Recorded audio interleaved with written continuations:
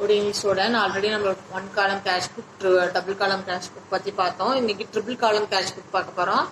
இது ஒண்ணும் இல்ல, cash bookல வந்து cash பார்த்திருக்கோம், discount பார்த்திருக்கோம். அது கூட நம்ம bank column ஒன்னு ஆட் பண்ண போறோம். This is one of the triple column cash book. Okay. First of all, a 3 columns of cash book including the 3 amount columns is both side. ரெண்டு சைடுல இருக்கும், debit சைடுலயும் credit சைடுல ரெண்டு சைடுல இருக்கும். Cash book and discount. The cash book is preparing same ways of simple of double column cash books and are prepared. Same அதேதான், double column க்கு என்னெல்லாம் prepare பண்ணி அதேதான் triple column double column. The transaction which increasing the transaction only increase ஆகுது. என்னன்னா cash and bank balance are recorded on the debit side and cash and bank column also respectively.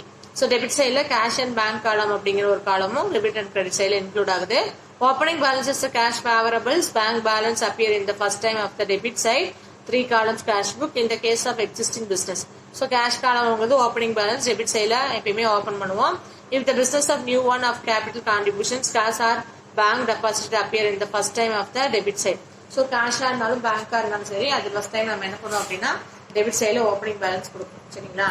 So all the transactions described with the cash and bank balance is recorded in the cash and bank column on the credit side. அதேதான் all the transaction என்ன பண்ணுவோம் அப்படின்னா debit side credit side cash and bank காலத்துல cash bank காலத்துலயும் கொடுப்போம். The balancing figure will be closed in the balance of cash and bank. அதே மாதிரி closing balance வந்து cashக்கு தனியா கண்டுபிடிப்போம், bank காலத்துக்கு bank தனியா closing balance கண்டுபிடிப்போம். Cash will always have debit balance. Bank balance may be debit or credit depending on wherever the balance are favorable and unfavorable respectively. If the discount allowed, it is entire in the discount column with the debit and again to the particular effect. Similarly, if the discount received and entire to the discount column is the credit side.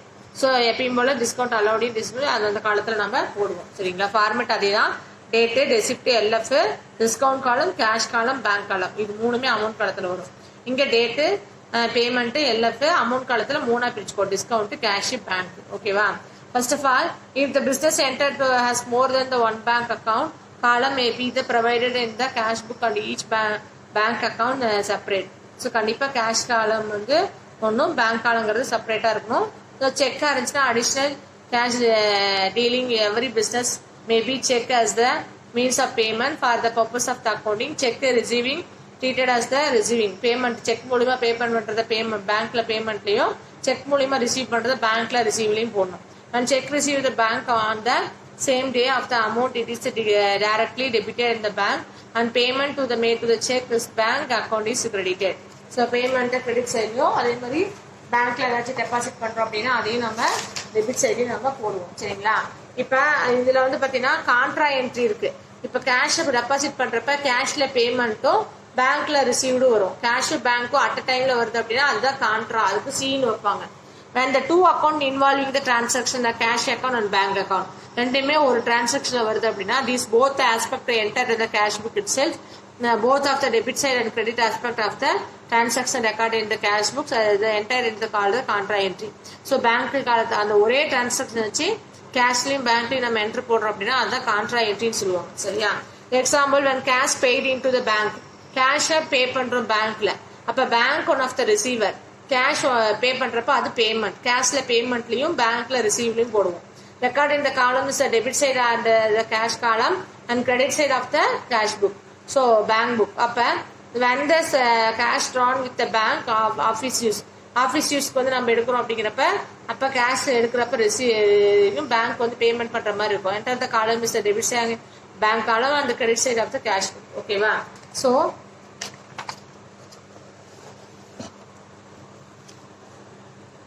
So to done the 3 column contra entry, the alphabet C is the written in LF column. LF column ஒன்னு இருக்குல, அதுல C ன்னு போடணும். So column is the both side போடுறப்ப மட்டும். Contra means the particularly enter in the posted in the other side, contra in same book. So ரெண்டு பக்கமும் உனக்கு கான்ட்ராங்கிறத மென்ஷன் பண்ணணும். Because cash account and bank account is there is a cash book only and there are the separately ledger accounts that are needed to for the purpose. So applicable the contra indicated the further posting related to the relevant of the posting opposite side. இப்ப பாத்தீங்கன்னா ஒரு some பாத்தீங்கன்னா உங்களுக்கு புரியும், பாத்துக்கோ. Preparing the column of cash book of the third column, cash in hand இது opening, கேஷோட opening போடணும், cash at bank பேங்கோட ஓப்பனிங்ல போடணும். சரிங்களா? Next cash paid into bank அப்படின்ட்டு இருக்கு. அதே மாதிரி குட்ஸ் சோல்டு அப்படின்னு சொல்லிட்டு நமக்கு ஒரு அமௌண்ட் கொடுத்துருக்காங்க. இதுவும் வந்து கான்ட்ரா கேஷ் பேங்க்ல பே பண்றப்ப கான்ட்ரா என்ட்ரி சி போட்டுக்க பிஏ. Goods sold 18,500 and receiving the cash half of the receiving cheque and immediately deposited in the bank. So அப்போ வந்து பாதி வந்து செக்காகவும் பாதி பேங்காகவும் காசாகவும் வாங்கி அது பேங்க்ல டெபாசிட் பண்றாங்க. சரிங்களா? அப்போ இதுக்கு எப்படி என்ட்ரி போடணும்னு பார்த்துக்கோ. Sold on credit Jayaram. அப்போ இது கிரெடிட்டுங்கிறப்ப நமக்கு இது எடுத்துக்க தேவையில்லை. Jayaram sent the cheque full settlement 6,500 7,000க்கு 6,000 அப்போ 100 rupees உனக்கு டிஸ்கவுண்ட் வருது. So Jagan cheque sent to the bank. Cheque வந்து பேங்க்குக்கு சென்ட் பண்றாங்க. அப்போ இந்த 6,900க்கான செக் பேங்க்குக்கு போகுது.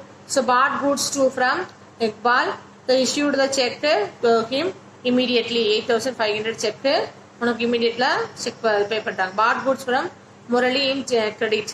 ஸோ இது தேவையில்லை. So receiving cheque of Kannappan full settlement of அப்போ 4,000க்கு 2,000 ஃபுல் செட்டில்மெண்ட் அப்படிங்கிறப்ப உனக்கு சரி 1,900 2,000 அப்படிங்கிறப்ப நம்மளுக்கு 25 வந்து உனக்கு டிஸ்கவுண்ட் அலோவ் பண்றாங்க. சரிங்களா?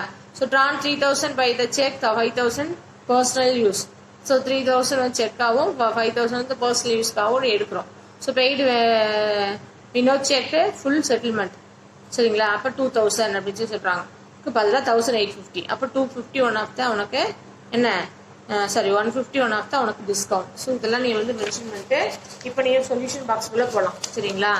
சொல்யூஷன் பாக்ஸ்குள்ளே போகிறப்ப நீ என்ன பண்ணணும் அப்படின்னா இந்த மாதிரி உனக்கு உன்னோட நோட்டில் 2 சைட்லையும் date receipt RN LF discount column cash column bank column. இந்த பக்கம் நோட்டில் வந்து பார்த்தீங்கன்னா நீ என்ன பண்ணணும் date payment VN LF discount column cash column bank காலம்னு ஒன்று எடுத்துக்கோ. சரிங்களா?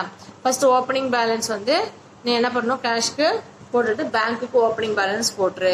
அதே மாதிரி கேஷ் ரிசீவ் ஆகிருக்கிற இடத்துல நீ என்ன பண்ணணும் 11,000 பேங்க்ல வந்து ரிசீவ் ஆகுது. நீ போய் பேங்க்ல வந்து பே பண்ற அப்படிங்கிறப்ப என்ன ஆகணும் பேங்க்ல ரிசீவ் பண்ண மாதிரியும் பேமெண்ட்ல கேஷ்ல கட்டின மாதிரி கேஷ் காலத்துல போட்டணும். ஸோ இது கேஷ் காலத்துல போடுற இது வந்து பேங்க் காலத்துல போடுற. அப்போ this is one of the contra entry C போட்டுக்கோ. ஸோ இதுக்கு நேரம் நீ கான்ட்ரா என்ட்ரி சி போட்டுக்கோ. சரிங்களா? சேல்ஸ் பண்றப்ப நாம என்ன பண்றோம் அப்படின்னு சொல்லிட்டு ரிசீவிங் 9,250 அப்படிங்கிறப்ப அதை பேங்க்ல அப்படியே டெபாசிட் பண்றோம். அப்ப என்ன பண்ணணும் அதை அப்படியே பேங்க்ல டெபாசிட் பண்ண மாதிரி காட்டிக்கணும். சரிங்களா? கேஷ்ல ஒருத்தர் காட்டிட்டு அதை அப்படியே பேங்க்ல காட்டுறேன். சரிங்களா? அதே மாதிரி ஜெயராஜ் அக்கௌண்ட்ல வந்து பாத்தீங்கன்னா 6,900 நமக்கு வந்திருக்கு. 1,100 ஃபர்ஸ்ட் செக்கா தான் வந்துச்சு. அதனால கேஷா உள்ள வச்சுக்கோ. அந்த கேஷை நம்ம பேங்க்ல கொண்டு போய் டெபாசிட் பண்றோம் அப்படிங்கிறப்பதான் தேர்ட் என்ட்ரி இல்லைன்னா டெபாசிட்டட் அப்படின்னு சொல்லிட்டு 6,900 போட்டு அதே வந்து டெபாசிட் பண்றோம் அப்படிங்கிறப்ப பேங்க்ல ரெசிப்ட் வருதா. ஸோ அதே வந்து நம்ம பேங்க் அக்கௌண்ட்ல கொண்டு தான் இது பண்றோம். அப்ப நம்ம கேஷ்ல இருந்து பே பண்ற மாதிரி கேஷ்ல இருந்து எடுத்து காட்டுற மாதிரி போட்டு கான்ட்ரா என்ட்ரின்னு போட்டுக்கணும். அதே மாதிரி வந்து பாத்தீங்கன்னா உனக்கு கண்ணப்பன்ட்ட ரிசீவ் பண்றது 1,950னா 25 உனக்கு என்னதுங்க உனக்கு ஒரு டிஸ்கவுண்ட். ஓகேவா? அதே மாதிரி பர்ச்சேஸ் பண்ணிருக்க அப்படின்னா பர்ச்சேஸ்க்கான அமௌண்ட் பேங்க்ல செக்கா வருது. அப்ப டிராயிங் 3,000 வந்து ஆஃபீஸ் யூஸ்க்காக எடுக்கிறப்ப கேஷ்ல போட்டுக்கோ. அதே மாதிரி செக்கா 5,000 எடுக்கிறப்ப பேங்க்ல இருந்து எடுத்த மாதிரி காட்டிக்கும். அதே மாதிரி வினோத் அப்படிங்கிறவங்க வந்து 1,850க்கு பர்ச்சேஸ் செட்டில்மெண்ட் பண்றாங்க. 150 உனக்கு டிஸ்கவுண்ட். அப்ப அந்த டிஸ்கவுண்ட்டை மேனேஜ் பண்ணிக்கலாம். இப்ப இந்த டோட்டல் பண்ணி பாரு. இந்த டோட்டல் எது கம்மியா இருக்கோ அந்த பேலன்ஸை கேரி டவுன் பண்ணு. அதே மாதிரி பேங்க் டோட்டல் பண்ணு இவ்வளவு வரும். அதுல இருந்து எவ்வளவு கம்மியா வருதோ அதை வந்து நீ கேரி டவுன் பண்ணிக்கோ. இப்ப ஈவன் டோட்டல் வந்துக்கும். டிஸ்கவுண்ட் ஆஸ் யூஷுவல் அங்கங்க என்ன இருக்கோ அது கூட்டி போட்டா போதும். அது கேரி டவுன் பண்ண தேவையில்லை.